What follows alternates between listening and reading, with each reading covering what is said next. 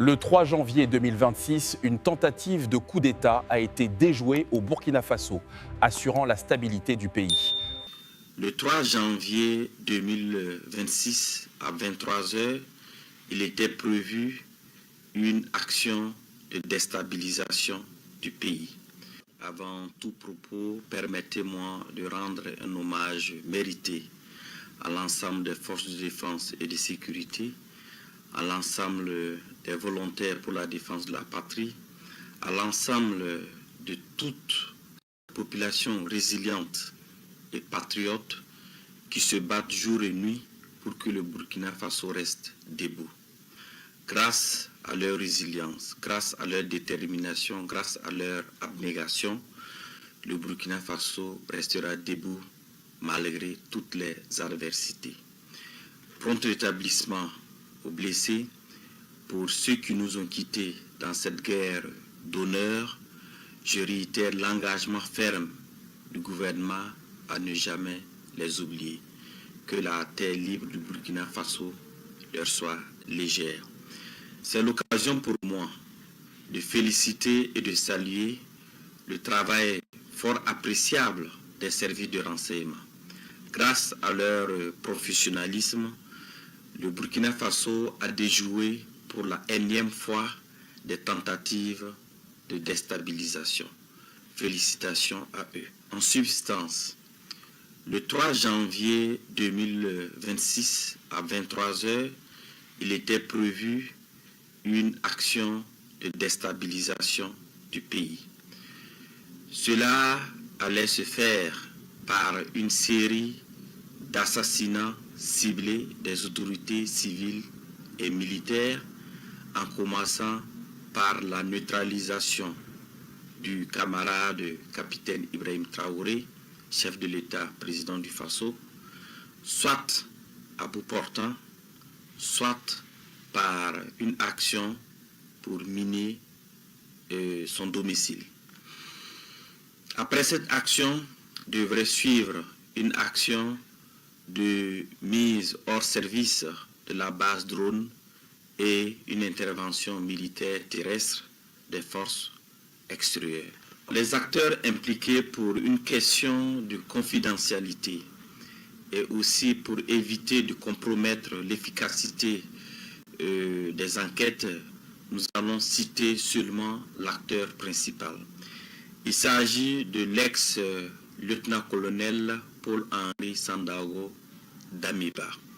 Alors, il a eu pour mission clé de concevoir et de planifier les actions, de rechercher et de mobiliser les fonds, de recruter des populations civiles et des militaires. Les militaires avaient pour mission de coopter d'autres militaires, de mettre en place des groupes d'action avec des missions bien déterminées. Et les civils devraient mobiliser des populations, leurs adeptes, pour que, après l'action militaire, ils puissent mobiliser leurs adeptes pour pouvoir soutenir l'action militaire. Ce qui est important aussi d'apporter comme élément d'information auprès des populations, c'est les sources de financement.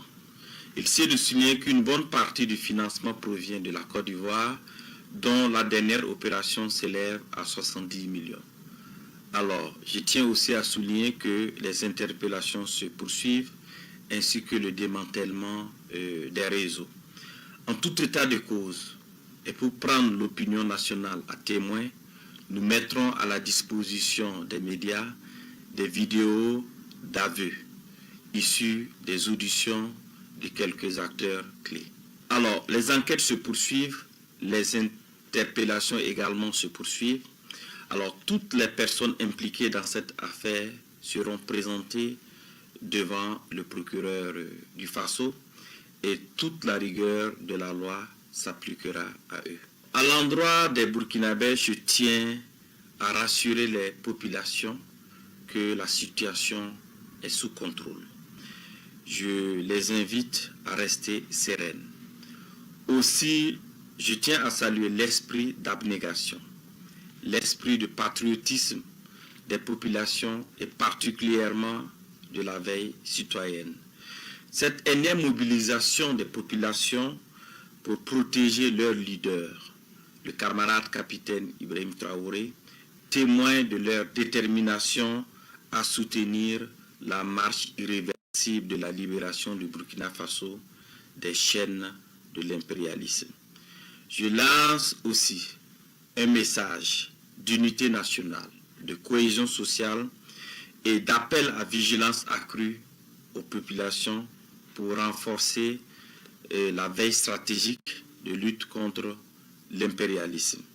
C'est l'occasion pour moi d'appeler l'attention des populations à faire montre de discernement dans leurs activités quotidiennes pour éviter d'être auteurs ou co-auteurs ou complices des projets.